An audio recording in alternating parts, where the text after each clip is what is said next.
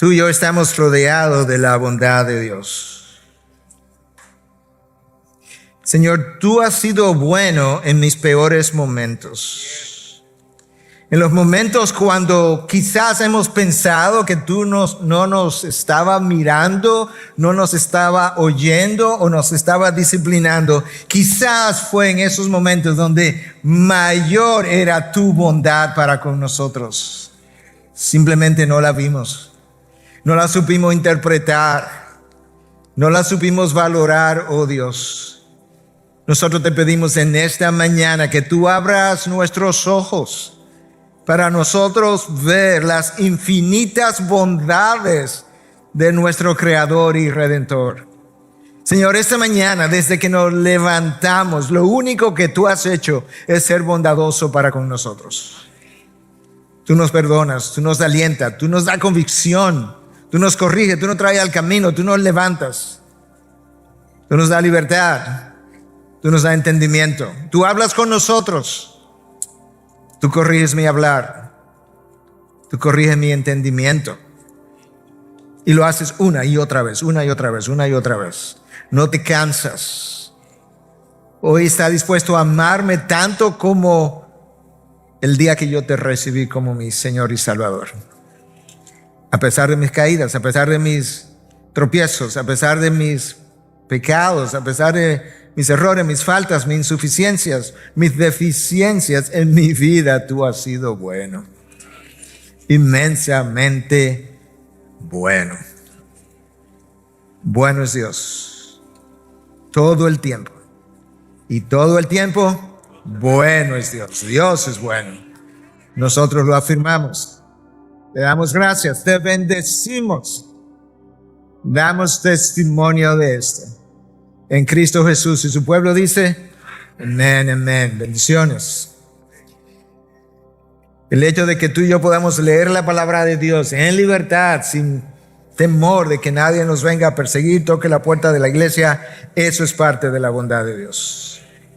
Bueno, yo le he mencionado en otras ocasiones que el currículum de Dios tiene como materias, y que hay una materia que se llama el sufrimiento, que tiene el sufrimiento 101, 102, 103. Yo le decía a Katy, mi esposa, anoche, creo que voy por el 125.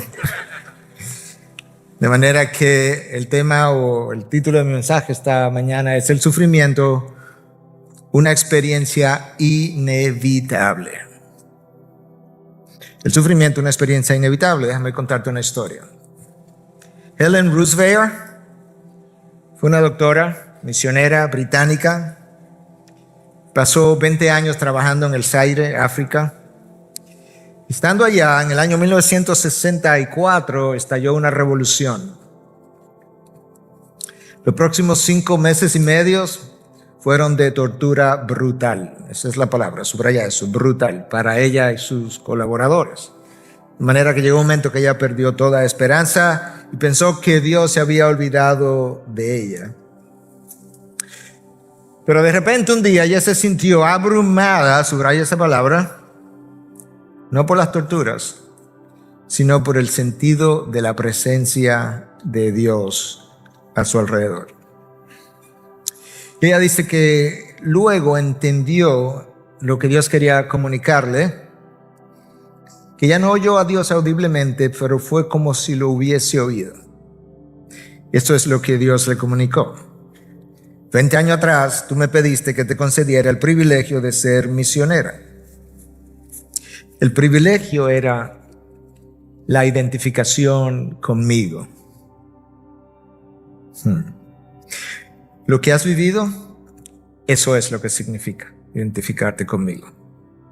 ¿No lo quieres? Esto es lo que significa. Escucha. Porque lo que sigue, yo creo que de una manera, como está escrito, la enorme mayoría de los hijos de Dios, y creo que posiblemente de los que están aquí, no lo ha escuchado, no lo ha entendido, no lo ha visto. Esto es lo que significa, 2 puntos. Estos no son tus sufrimientos, son los míos. Solo te pedí que me prestara tu cuerpo.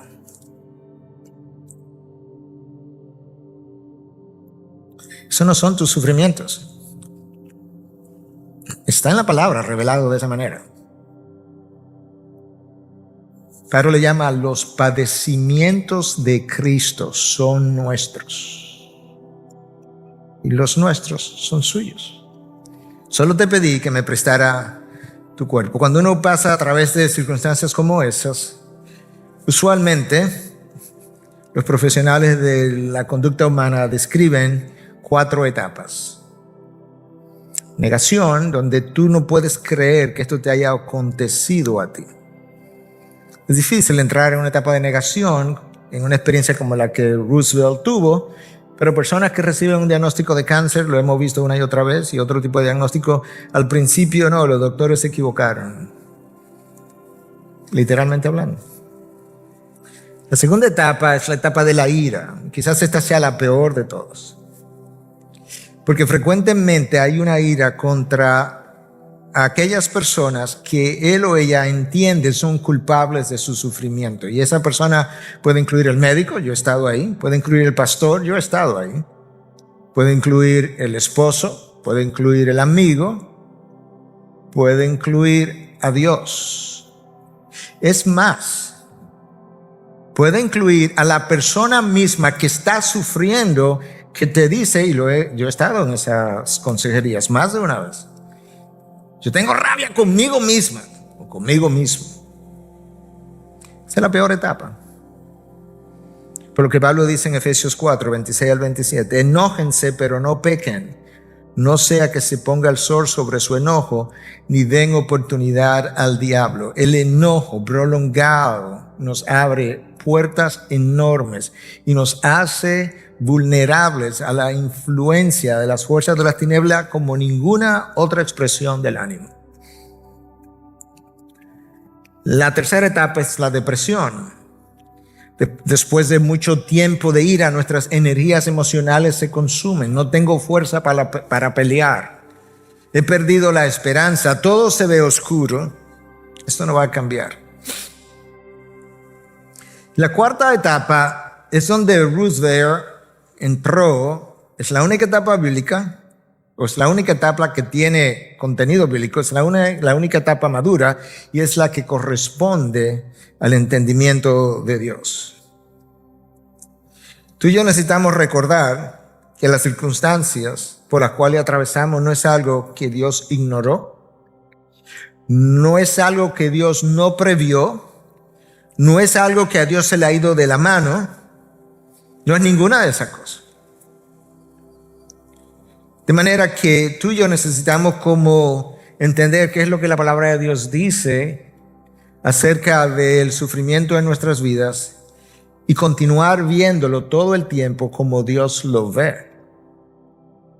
Después de la caída de Adán y Eva, todo comenzó a disfuncionar. Tú lo sabes, tú lo vives todos los días. El trabajo, el dolor, el sufrimiento, las precariedades, las desigualdades, los engaños, las desilusiones, las injusticias pasaron a ser la normalidad de la vida después de Génesis 3. Nosotros estamos en un proceso de restauración, de redención, de rescate, y en esa tarea a ti y a mí nos toca una tarea, un rol que jugar. Por tanto, las experiencias de dolor y aún de sufrimiento profundo son las que tú y yo debiéramos esperar día a día nuestro paso por esta tierra. Las experiencias de dolor, de sufrimiento, de dificultad, de pérdidas, es la expectativa con la que debiéramos levantarnos todos los días. De hecho, eso es como Pedro comienza este texto. Te voy a leer, quiero que lo leas conmigo, en su primera carta, capítulo 4, versículo 12 al 19. Recuerda el título del mensaje: el sufrimiento, una experiencia inevitable. Voy a decirlo otra vez para que puedas ver ese título en el primer versículo que voy a leer. El sufrimiento, una experiencia inevitable. Amados, no se sorprendan del fuego de prueba que en medio de ustedes ha venido para probarlos, como si alguna cosa extraña les estuviera aconteciendo. Nada extraño. Es una prueba y es de fuego. Antes bien, en la medida en que comparten los padecimientos de Cristo, ¿lo escucharon? En la medida en que comparten los padecimientos de Cristo, exactamente lo que Dios le dice a Ruth Beer, la doctora: tus sufrimientos no son tuyos, son míos. Te pedí que me prestara el cuerpo. Regocíjense para que también en la revelación de su gloria se regocijen con gran alegría. Si ustedes son insultados por el nombre de Cristo, dichosos son, pues el Espíritu de gloria y de Dios reposa sobre ustedes. Ciertamente por ellos Él es blasfemado, pero por ustedes es glorificado. Que de ninguna manera sufra alguien de ustedes como asesino, ladrón o malhechor o por entrometido. Pero si alguien sufre como cristiano, que no se avergüence, sino que como tal glorifique a Dios. Versículo 17. Porque es tiempo de que el juicio de Dios comience por la casa de Dios. Y si comienza por nosotros primero, ¿cuál será el fin de los que no obedecen el evangelio de Dios? Y si el justo con dificultad se salva, ¿qué será del impío y del pecador? Así que los que sufren conforme a la voluntad de Dios, subraya eso, conforme a la voluntad de Dios, encomienden sus almas al fiel Creador, haciendo el bien. Desde que tú comienzas a leer ese texto, es claro que Pedro le está escribiendo a cristianos. ¿Cómo lo sabemos? Por la manera como él inicia. Amados. Solamente en la palabra de Dios, los autores de los textos se dirigen con ese calificativo a creyentes. Y en el texto hay varias frases que uno pudiera usar para entender mejor cómo Dios ve el sufrimiento y que podamos entender mejor por qué es que mis sufrimientos no son míos, son de Cristo en un cuerpo prestado. Entonces yo lo que quiero hacer en el día de hoy es recorrer varias enseñanzas directamente salida del texto. Enseñanza número 1. Las experiencias de dolor y sufrimiento representan la normalidad en este mundo en que vivimos. Versículo 12. No se sorprendan del fuego de prueba que en medio de vosotros o de ustedes ha venido para probarlos. Las pruebas no debieran ser una sorpresa para nosotros. A la luz de la palabra de Dios es como Pedro dice, es como ustedes actúan, reaccionan como si algo extraño hubiese acontecido. A ustedes se les ha olvidado en qué planeta es que viven. Se les ha olvidado que este es un planeta bajo condenación, en proceso de redención. Se le ha olvidado Génesis 3, que de ahí en adelante nada funcionaría bien. Se le ha olvidado que las condiciones de creación quedaron atrás y ahora estamos en condiciones de corrupción. De manera que nuestra sorpresa ante el dolor solo es muestra de que yo no he entendido la caída del planeta ni la caída de la humanidad. Es más, yo ni siquiera he entendido ni mi propia caída, porque es mi propia caída que me dificulta procesar las experiencias de la vida. A Cristo no se le dificultó procesarlas. Nosotros necesitamos recordar, entender que la caída es la razón primaria y originaria de todo nuestro dolor. Pero hay algo más.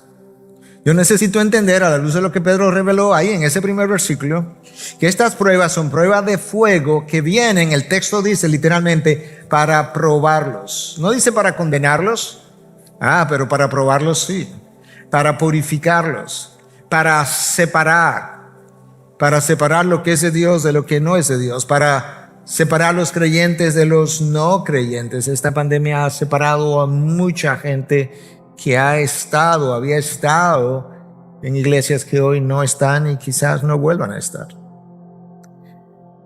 Las pruebas vienen para separar los que tienen una mente puesta en las cosas de la carne y los que tienen una mente puesta en las cosas del espíritu, los maduros en la fe y los niños en la fe. Los que tienen una vida egocéntrica todavía viviendo para ellos mismos a pesar de el mandato de parte de Dios en 2 Corintios 5:15, que los que ahora viven ya no vivan para sí, sino para aquel que murió por él. Las pruebas separan los que todavía viven para sí de aquellos que viven para Cristo. Los que viven Las pruebas separan, escucha esto. Los que viven para quejarse de la vida y los que viven para glorificar a Dios en aquellas cosas que hacen que otros se quejen. Dos grupos, los que viven para quejarse de la vida y otros que deciden glorificar a Dios en las mismas cosas que hacen que este grupo se queje.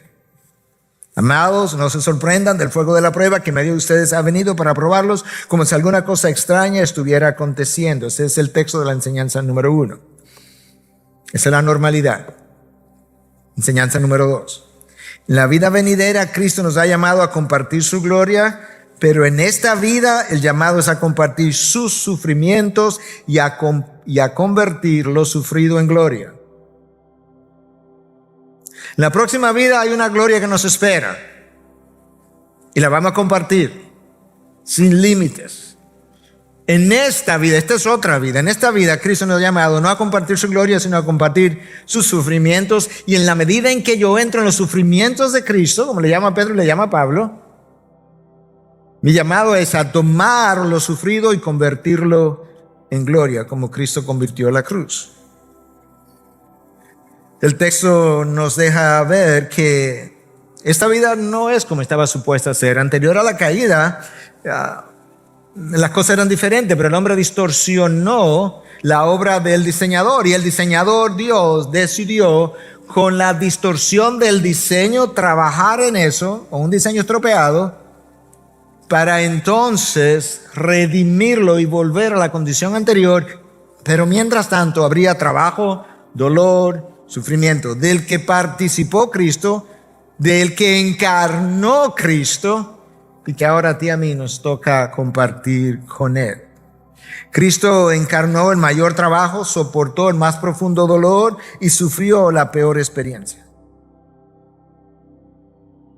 Yo no sé si nosotros hemos entendido bien lo que implica el estar en Cristo. Eso es una frase eminentemente paulina.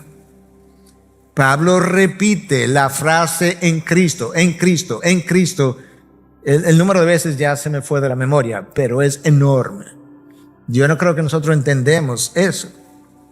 Porque cuando la palabra de Dios dice que estamos en Cristo, eso implica que todas las bendiciones que Cristo pudiera disfrutar y disfruta serán mías. No se va a quedar una afuera. ¿Cómo es que la palabra lo dice? Somos coherederos con Cristo. No dice que somos herederos de Cristo, aunque lo somos, pero yo estoy tan en Cristo que todas las bendiciones que sean de Cristo, yo las voy a heredar. Soy coherederos. ¿Amén a eso? Amén. Ok. Sigue diciendo amén, porque vamos a seguir viendo. ¿Qué implica el estar en Cristo? Bueno, implica que cuando Cristo murió, yo morí. Eso no es una interpretación de lo que la Biblia dice. Eso es lo que Romanos 6:8 dice. ¿Qué implica estar en Cristo? Cuando Él resucitó, yo resucité con Él. Eso dice Efesios 2:6. Cuando Cristo murió en la cruz, Él pagó por mí. ¿Por qué? Porque yo estaba en Él y Él murió. Cuando Él murió, pagó por mí. Él pagó, sí, pero pagó por mí. Cuando Cristo ascendió a los cielos y se sentó a la diestra del Padre, ¿tú sabes lo que dice Pablo? Que nosotros hoy estamos sentados a la diestra del Padre. ¿Cómo es que yo estoy sentado a la diestra del Padre cuando estoy aquí frente a ustedes? Porque estoy en Cristo y Cristo está sentado a la diestra del Padre. ¿Tú implica las bendiciones enormes de estar en Cristo? Eso implica que todas las experiencias de Cristo son mías también. Todas las experiencias de Cristo son mías también. Si todas las bendiciones de Cristo, todas las experiencias de Cristo son mías también, en la historia de la doctora Rosvier, sus padecimientos no eran suyos, sino de Cristo, porque ella estaba en Cristo. Tus torturas son mías. Simplemente te pedí que me prestara tu cuerpo. Escucha cómo Pablo lo dice en 2 Corintios 1:5. Porque así como los sufrimientos de Cristo son nuestros, en abundancia, así también abunda nuestro consuelo por medio de Cristo. Nos gusta el consuelo por medio de Cristo. Nos gusta la gloria de Cristo compartida, coheredada, pero los sufrimientos déjaselo a Cristo solo. ¿Por qué tengo yo que compartir eso? En buen dominicano, lo que va, viene. Sufrimos en abundancia y Él nos consuela en abundancia. ¿Recuerda lo que la doctora dijo? Llegó un momento donde yo me sentía abrumada por la presencia de Dios. ¿Alguna vez tú has estado abrumado por la presencia de Dios? Abrumado, no simplemente que como que tengo un sentido de la presencia de Dios. No, estoy abrumado de su presencia. De manera que lo que Cristo sufrió y por las razones que sufrió, a mí me toca sufrir. Ahora no hay ni un amén a eso. Había muchos amenes con la gloria que vamos a compartir, a coheredar. A mí me toca sufrir por Él. Déjame leerte literalmente lo que escribí en el día de ayer y quiero leerlo tal como lo escribí. Hay un trabajo de redención que hacer y Cristo es el Redentor. Por consiguiente, todas las circunstancias por las cuales Cristo tuvo que pasar para redimir el mundo, incluyendo su cruz, yo necesito atravesar por circunstancias similares, como una manera, escucha, de contribuir a la redención de lo caído en nombre suyo. Hay un trabajo de redención, Cristo es el Redentor, Él se fue, Él me hizo embajador de su causa. Y por tanto hay sufrimientos de Cristo que todavía faltan por ser sufridos. Pablo habla de eso. Pablo quería el gozo de poder compartir de los sufrimientos de Cristo que todavía faltaban, por así decirlo. Escucha cómo Colosenses 1:24 lo dice. Ahora me alegro de mis sufrimientos por ustedes y en mi carne, escucha ahora, completando lo que falta de las aflicciones de Cristo, hago mi parte por su cuerpo, que es la iglesia. ¿Escuchaste? Hay un trabajo de redención, este es el Redentor, nosotros somos los embajadores de Cristo. El trabajo de redención cuesta trabajo, dolor y sufrimiento. A Cristo le costó todo eso, hizo el mayor trabajo, pagó el mayor precio, sufrió el mayor dolor. Hay una parte que toca para completar la redención y Cristo dice, no, ahora te toca a ti. ¿Pero y por qué, Señor? Porque tú estás en Cristo. Pablo claramente nos dice, completando lo que falta de las aflicciones de Cristo, hago mi parte por su cuerpo, que es la iglesia. No, pastor, pero usted que dirige la iglesia, que lo haga usted. No, la iglesia somos todos nosotros. Yo soy un miembro de ustedes. Cristo está redimiendo su iglesia y nosotros somos sus embajadores. No, toca completar las aflicciones de Cristo. Ahora escuche, hay una sola pregunta que tú y yo tenemos que contestar esta mañana antes de irnos. Si tú estás dispuesto a prestarle tu cuerpo y tu vida para Él hacer un trabajo en ti a través de ti. Esa es la única pregunta.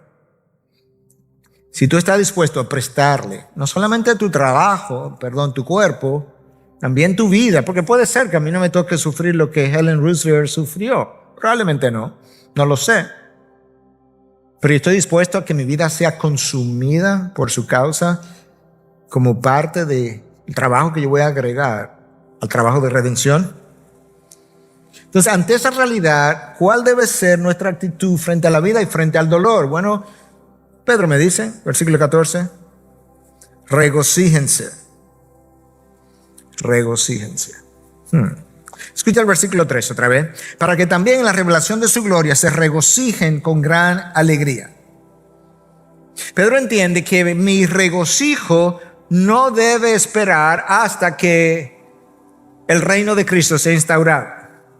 Que mi regocijo no debe esperar hasta que llegue la consumación de los tiempos o hasta la revelación final, sino que mi regocijo hoy debe ser una anticipación, mi regocijo parcial, porque el regocijo completo será en gloria, debe ser hoy una anticipación del regocijo que yo tendré en gloria, y pensando en eso, esa debe ser mi motivación para continuar haciendo y contribuyendo a los sufrimientos de Cristo.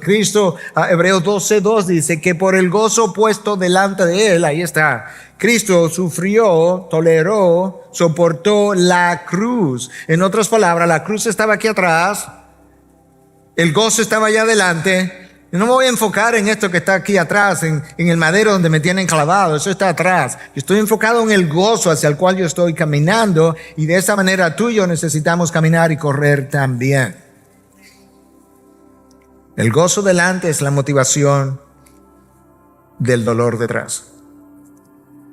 Déjame recordarte esto otra vez, que hemos dicho en otras ocasiones. No hay corona sin cruz. Ni para ti ni para Cristo.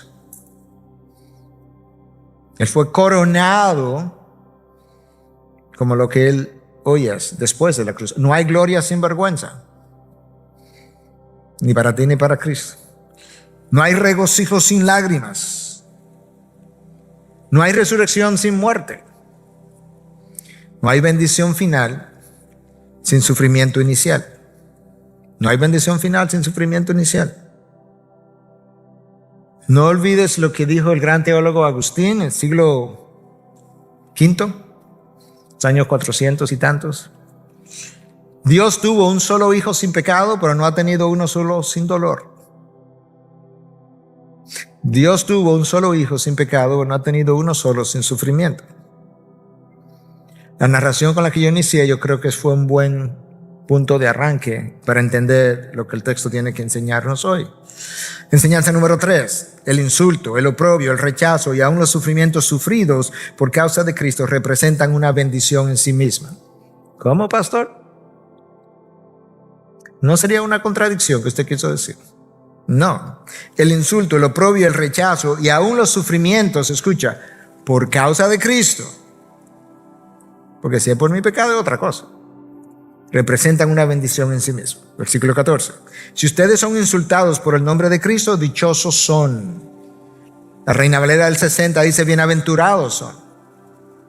El original dice Macarios, que quiere decir bendecidos, que es la traducción de la Nueva Traducción Viviente. Pero ¿por qué es que yo soy bendecido? ¿Cuál es la razón? Ahí está, ahí mismo. Escucha. Si ustedes son insultados por el nombre de Cristo, dichosos son, pues, o porque, aquí está la razón. El Espíritu de gloria y de Dios reposa sobre ustedes. Ciertamente por ellos Él es blasfemado. El mundo blasfema a Dios. Pero por ustedes es glorificado. Si la razón del vituperio, del insulto, es justamente mi vivencia en Cristo, soy un bendecido porque el Espíritu de gloria reposa sobre mí. Los incrédulos no son vituperados por la causa de Cristo.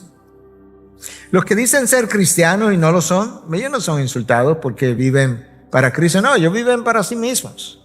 Y como son incrédulos, aunque se identifican como cristianos, son incrédulos, no han creído. Sus estilos de vida están conformados al mundo y por tanto el mundo no le molesta. Al contrario, el mundo les encanta que ellos estén con ellos, sean como ellos, vivan como ellos, hablen como ellos, se vistan como ellos, se llamen cristianos. Los que viven para sí y no para aquel que los compró no son insultados por causa de Cristo. No, yo no. Porque ellos no irritan al mundo tampoco. Entonces, ese espíritu de gloria de que Pedro habla, que reposa en nosotros, esa es la evidencia de que yo soy hijo de Dios. Eso es lo que Pedro está diciendo. Si verdaderamente ustedes viven la vida cristiana de tal manera, de una forma tan radical, que el mundo les odia, sufren el oprobio del mundo, tú eres un bendecido. ¿Por qué? Porque el Espíritu de Dios vive en ti. Tú eres un redimido, tú eres uno de los de Él. Tú eres quien va a coheredar con Cristo. Es ese Espíritu de gloria que mora en mí, que me permite seguir corriendo y luchando, librando la buena batalla. Es ese Espíritu de gloria que vive en nosotros lo que me permite disfrutar parte de esa gloria en este mundo caído. Eso es increíble, que yo pueda disfrutar parte de una gloria venidera ahora, antes de llegar de aquel lado. Pastor, pero yo no siento que eso es como yo he vivido mi vida, o yo no siento que estoy compartiendo parte de esa gloria. Bueno, ese es el problema, que se supone que sí.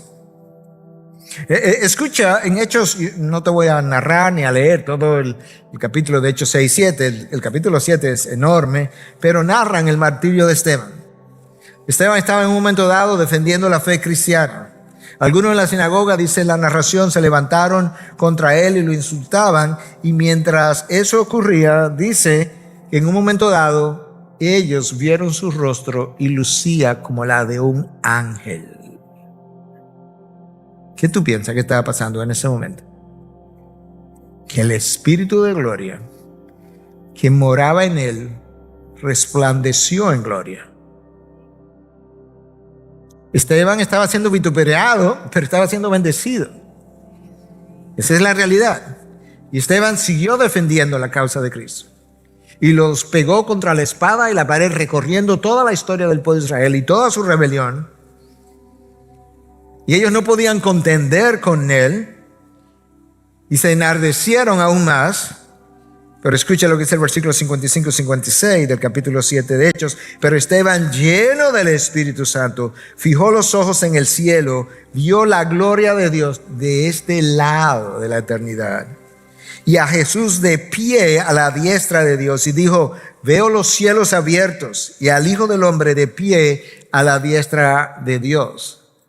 ¿Cuántas veces tú lees en el Nuevo Testamento que Cristo está de pie al lado de Dios? Una o dos veces. ¿Cómo es que él está usualmente? Sentado a la diestra de Dios, como símbolo de autoridad y como símbolo del juez sobre todo el universo. Pero ahora Cristo se levanta en el momento en que Esteban está siendo juzgado, como abogado defensor de Esteban delante del Padre. Y Esteban lo vio antes de llegar a la presencia de Dios, porque el Espíritu de gloria que estaba en él le permitió abrir los ojos, y Dios abrió los cielos para que él, con los ojos abiertos, pudiera ver, compartir, disfrutar, entrar en la gloria venidera, estando de este lado todavía. Y él terminó apedreado, pero mientras moría, tú conoces las palabras de Esteban: Padre, no le tomes en cuenta este pecado. Yo creo que muchos de nosotros diríamos: Padre, cuenta cada piedra que me están tirando y asegúrate de enjuiciarlo por cada piedra. ¿Recuerda cuál es el llamado? Convertir en gloria lo soportado. Ahí está, en el juicio de Esteban, el convertir en gloria lo sufrido. Esteban tomó su apedreamiento y lo convirtió en gloria. ¿De quién él aprendió eso? De Cristo. Escucha Juan 17, horas antes de Cristo ser crucificado. Cristo está orándole al Padre y dice: estas cosas habló Jesús, versículo 1, capítulo 17, y alzando los ojos al cielo dijo: Padre, la hora ha llegado. ¿Cuál es esa hora? La muerte, la hora de su crucifixión. Entonces escucha: glorifica a tu Hijo para que Él te glorifique a ti. ¿Cuándo? A la hora de la muerte. ¿Cómo? Por crucifixión. Padre, llegó la hora de yo tomar el sufrimiento y convertirlo en gloria. Wow. De ahí aprendió Esteban lo que le tocaba hacer. Enseñanza número 4. Hay dos formas de sufrir en este mundo, en sentido general. Tú puedes sufrir como transgresor de la ley, o tú puedes sufrir por guardar la ley, por ser cristiano, por honrar al dador de la ley. Escucha el versículo 15. Que de ninguna manera sufra alguien de ustedes como asesino, como ladrón o malhechor, o por entrometido.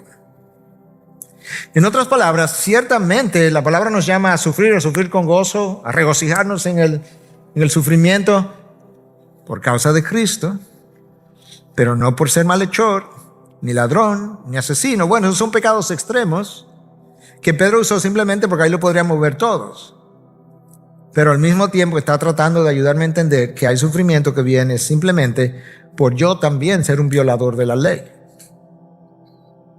Pastor, pero a los hijos de Dios, claro, a los hijos de Dios. Desde el Pentateuco hasta Apocalipsis, Aarón tuvo que sufrir la muerte de sus 2 hijos carbonizados mientras ellos adoraban a Jehová por haber deshonrado a Dios en la adoración. Sansón lo esperamos ver en gloria, porque de Sansón habla el libro de Hebreos. Pero tuvo que sufrir por su lujuria.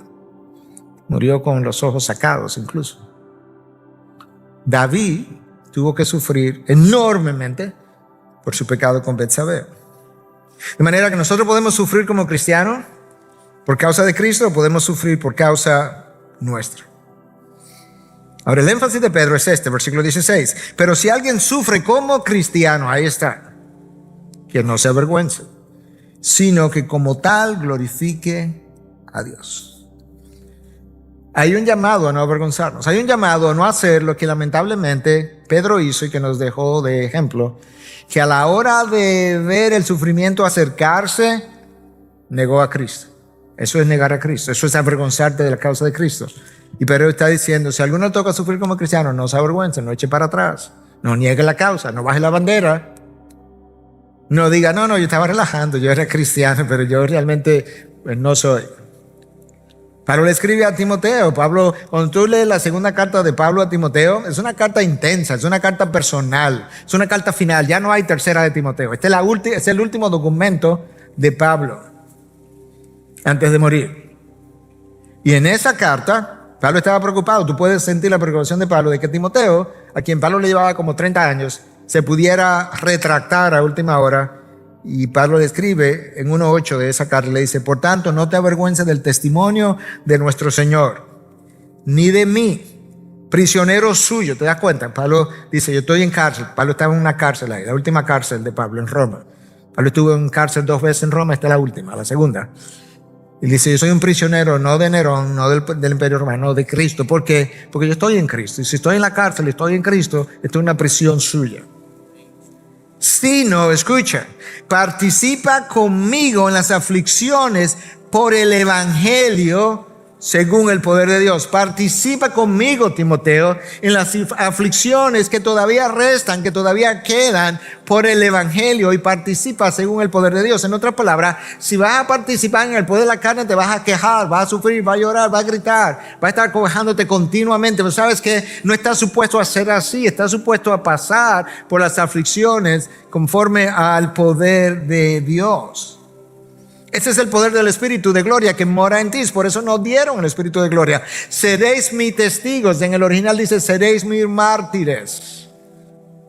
En Jerusalén, Judea, en Samaria y hasta los confines de la tierra. ¿Y cómo? Te hice un anuncio. Pero ¿sabes qué? Te hice un anuncio porque va a vivir una realidad después que el poder descienda de los cielos. Cuando bajó el Espíritu de Dios. Por eso es que Pablo le está diciendo a Timoteo, según el poder de Dios, no te avergüences. Enseñanza número 5. Creyentes y no creyentes están sujetos al juicio de Dios. ¿Cómo? El siglo XVII. Porque es tiempo de que el juicio comience por la casa de Dios. Y si comienza por nosotros primero, ¿cuál será el fin de los que no obedecen al evangelio de Dios? La mayoría de ustedes, la enorme mayoría de ustedes no está consciente de lo que le está ocurriendo a la iglesia en Norteamérica. Pero es no solamente triste, es extremadamente doloroso verlo. Nosotros somos la hermana del sur. Que su historia nos sirva de advertencia a nosotros. Se ha hablado mucho de si esta pandemia representa o no representa el juicio de Dios, y pocos se atreven a decir una cosa u otra porque obviamente no somos Dios para afirmar. Yo estaba en una conferencia internacional reciente, no una conferencia, un conversatorio con líderes de 6 localidades distintas del globo terráqueo vía Zoom, y la idea era conversar con John Piper. Yo le hice la pregunta si él pensaba que esto era un juicio de Dios, porque en su libro El coronavirus y Cristo, él habla de eso.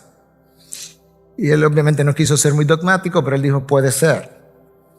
Bueno, mi respuesta es que esto es mínimo, a lo menos que puede ser.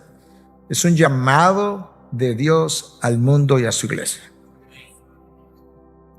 Y en una entrevista que me hicieron estando fuera del país recientemente, en un podcast, no voy a mencionar el nombre, aunque está en la página de internet y demás, pero la persona, el pastor, muy conocido, la mayoría de ustedes conocen su nombre, me preguntó qué yo había visto en la pandemia como médico y pastor.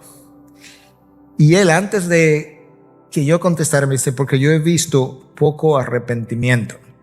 Y yo no pensé que estando en Norteamérica quizás alguien me iba a decir eso. Y dije, bingo, exactamente. El llamado de atención, para muchos incluso en el momento de los cierres y demás, pasó a ser un llamado a la diversión. Mucho entretenimiento, mucho comer y beber. Pero ciertamente la iglesia, de diferentes ángulos, tú puedes ver por qué y cómo es que sufre juicio. Porque algunos pudieran decir, no, que Romanos 8:1 dice que no hay condenación para los que estamos en Cristo Jesús. Sí, yo estaba de acuerdo. ¿Y entonces y esto? Bueno, por un lado, 2 Corintios 5:10 dice que todos compareceremos en el tribunal de Cristo para rendir cuentas de todo lo que hayamos hecho, sea bueno o sea malo. Y entonces, ¿hay o no hay un juicio si compareceremos en el tribunal de Cristo? 1 Corintios 3, del 13 al 15, me dice que algunos de nosotros vamos a ir a ese tribunal, vamos a presentar como nuestras obras, y algunas de esas obras simplemente serán como quemadas por el fuego porque no pasaron el escrutinio de Dios. Es como Miguel Núñez, 10,000 sermones, 7,000 para su gloria, 3,000 para la mía, balance 3,000. Eso es una ilustración obvia. Pero hay recompensas que yo no voy a recibir como fruto de la evaluación. Hay recompensas que tú no vas a recibir. Voy a entrar, pero hay pérdidas, declarada por Pablo en su primera carta. Entonces eso es parte de lo que implica que el juicio comenzará por la iglesia primero. Pero déjame verlo de otra manera, nos vamos al Antiguo Testamento. Noé fue salvo del diluvio. Sí, pero él tuvo un año dentro de una arca cerrada, sin ventanas, alimentando animales, cuidando animales. Él tuvo que pasar por esa experiencia. A la hora de Dios traer juicio a la nación de Israel, el profeta Habacuc no podía creer que Dios había traído a los asirios contra su propio pueblo como parte del juicio. Él sufrió lo que vio. Eso fue el reino del norte. Cuando el reino del sur cayó, a Jeremías le tocó vivir en carne propia la caída del reino del sur. ¿Tú has leído el libro de Lamentaciones? El libro de Lamentaciones es el lamento más profundo de un profeta que ha visto la ciudad de Dios pisoteada, destruida, invadida y sus hijos llevados al exilio. Bueno, ahí tú tienes a Jeremías sufriendo de otra manera el juicio de Dios sobre su pueblo. La otra manera de verlo es que Dios disciplina a sus hijos, como disciplinó a David, y tuvo un infierno dentro de su propia casa, tal como le fue anunciado. Yo creo que la pandemia en la que estamos es un llamado al mundo y a la iglesia, y lo triste es que en muchos lugares ni el mundo ni la iglesia escuchó la alarma de despertar. Hermanos, yo sé que algunos de ustedes han sufrido de COVID, incluyendo mi esposa, diferentes grados. Yo sé que algunos de ustedes han perdido familiares cercanos, amigos cercanos. Y eso ha dolido. La iglesia misma, la iglesia de Cristo Universal, ha sido sacudida por esta pandemia. Pero la respuesta no es mordernos unos a otros como estamos viendo en el norte. La respuesta no es dividirnos unos con otros. La respuesta no es abandonar la fe como ha ocurrido en el norte de parte de algunos líderes. La respuesta no es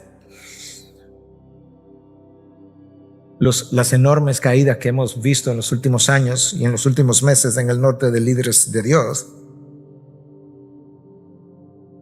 Y Pedro dice, si aún el creyente de este lado, y si el justo con dificultad se salva, ¿qué será del impío y del pecador? Cuando dice que el justo con dificultad se salva, no está diciendo que a Dios le da trabajo salvarlo. No, lo que está diciendo, el justo, con el poder del Espíritu dentro, tropieza, se cae, peca, se arrepiente, tropieza, se cae, peca, se arrepiente, y en eso se pasa la vida. Él también se condenaría si no fuera porque Dios interviene sobrenaturalmente, si no fuera por la fidelidad de Dios a su propio compromiso con su plan de redención. Todos pereceríamos. Y por eso que está hablando de que el justo con dificultad se salva.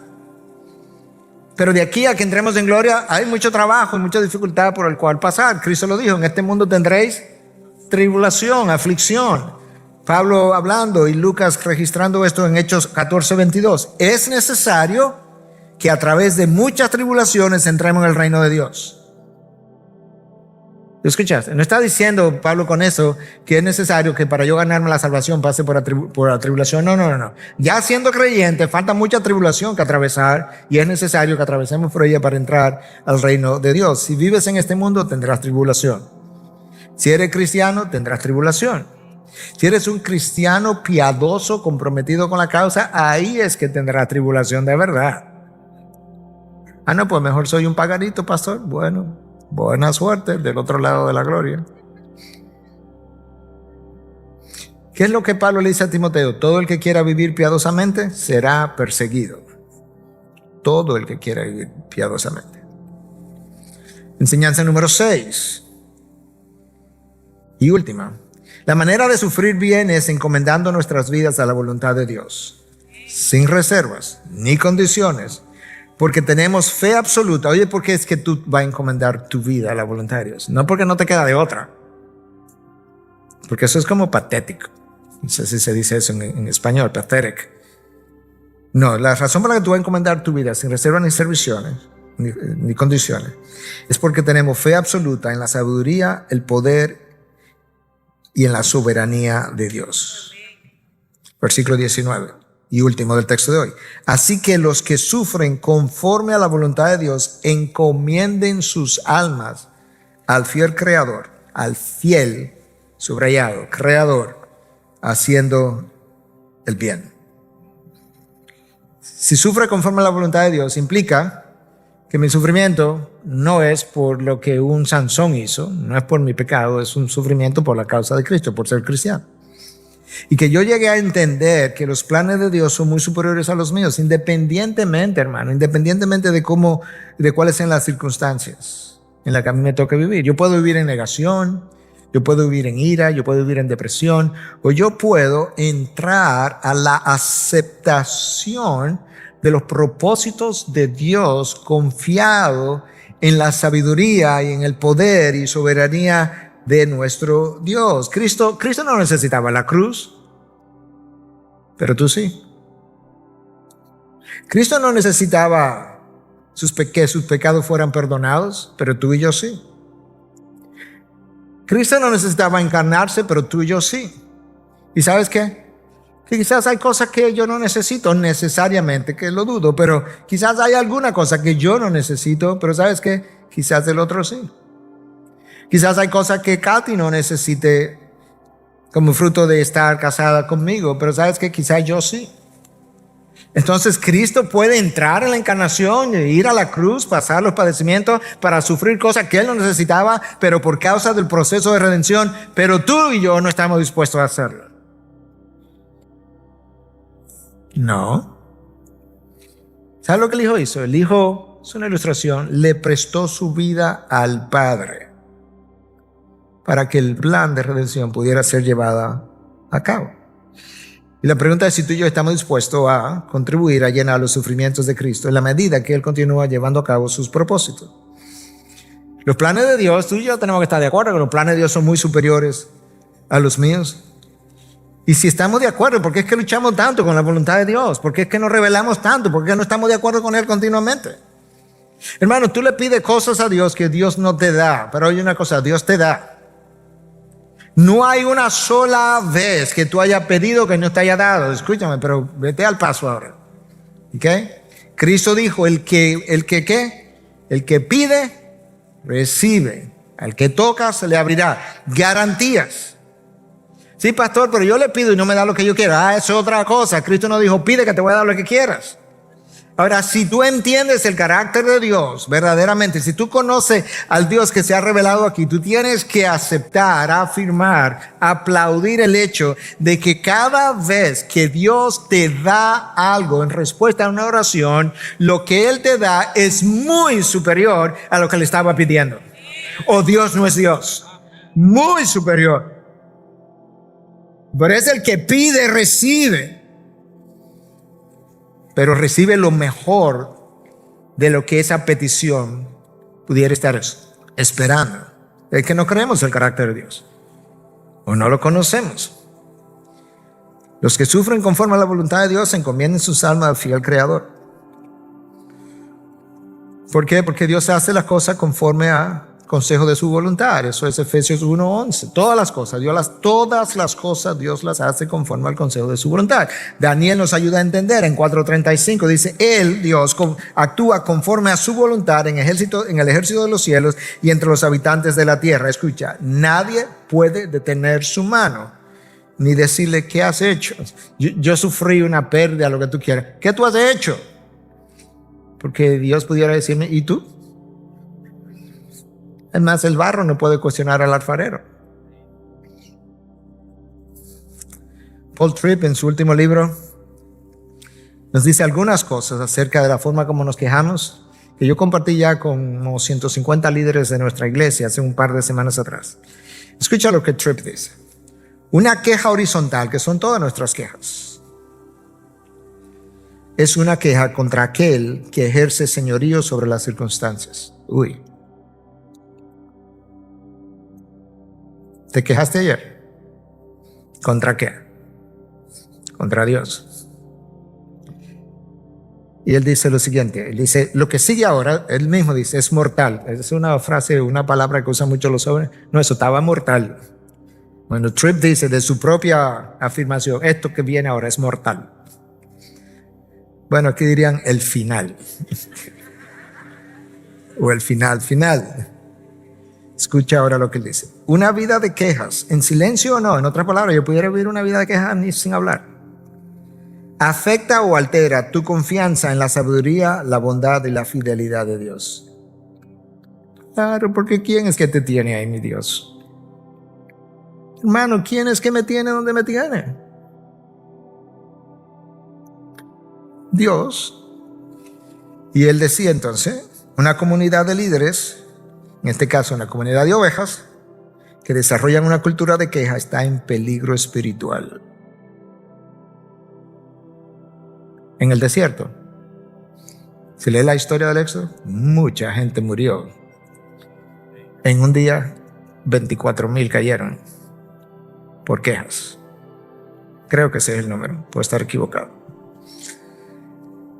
Pedro cierra su texto diciendo, así que los que sufren conforme a la voluntad de Dios encomienden sus almas al fiel Creador haciendo el bien. Pablo dice en 1 Corintios 4:12, cuando nos ultrajan, bendecimos. Cuando somos perseguidos, los soportamos. Cuando hablan mal de nosotros, tratamos de reconciliar. O sea, ¿qué es lo que te pasa, hermano? Tranquilo, no tienes que pelear. Yo decía en estos días, en un tweet, yo decía, estoy consciente, no estoy de acuerdo con todo lo que se publica, estoy consciente de todo lo que se me critica. En ambos casos, no tengo ni que responder, ni tampoco irritarme. Es el orgullo que se irrita y se hiere. Es la humildad que perdona.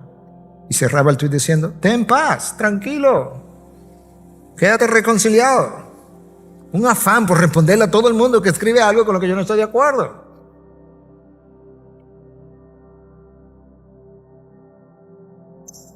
Cristo lo dijo de esta manera. No resistan al que es malo. Entonces este es un malo y no lo voy a resistir. Antes bien, a cualquiera que te abofetee en la mejilla derecha, dale la otra también. ¿Te gustó ese lado? Coge este también. Al que quiera ponerte pleito y quitarte la túnica, dale la capa. Peleando por cosas de este mundo, como si tuvieran valor. El que te obliga a ir a 1 kilómetro, ve 2. Total, tú no tienes una eternidad entera por delante donde puedes caminar toda la distancia del mundo que tú quieras. Ilustrando cómo es que se ve en la vida práctica. Eso es otra vida, hermano. Eso es otra, o sea, vivir así es una vida completamente diferente, es una vida completamente de gozo. En vez de ser una vida como de dolor, de sufrimiento y de lo que me falta y lo que no tengo, es una vida de gloria. ¿Por qué? Porque todo lo sufrido lo convierto en gloria por causa de Cristo y porque es un privilegio completar las aflicciones que faltan, las aflicciones de Cristo que todavía faltan por llenar. Un enorme privilegio. Por eso es que Pablo dice a los filipenses que a vosotros se les ha concedido el privilegio de creer en Cristo, pero también de sufrir por Él. ¿Cuáles? Sus aflicciones. Señor, aquí está mi cuerpo, aquí está mi vida. Tú no tienes ni que pedirme una prestada porque es tuya. Simplemente úsala y haz lo que tú quieras. Padre, gracias.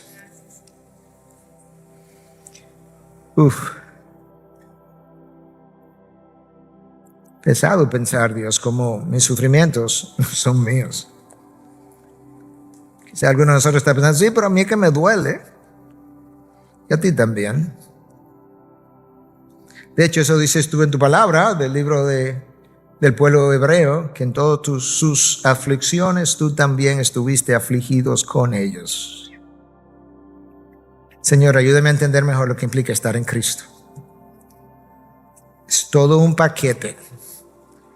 Todas sus bendiciones y todos sus padecimientos. Ambas cosas concedidas como privilegio. Gracias por abrir nuestros ojos para entender la palabra que tú abriste delante de nosotros. Ayúdanos a celebrar ahora en adoración y síguete haciendo presente. Abrúmanos con un sentido de tu presencia, Dios, en Cristo Jesús. Y su pueblo dice, amén. Bendiciones.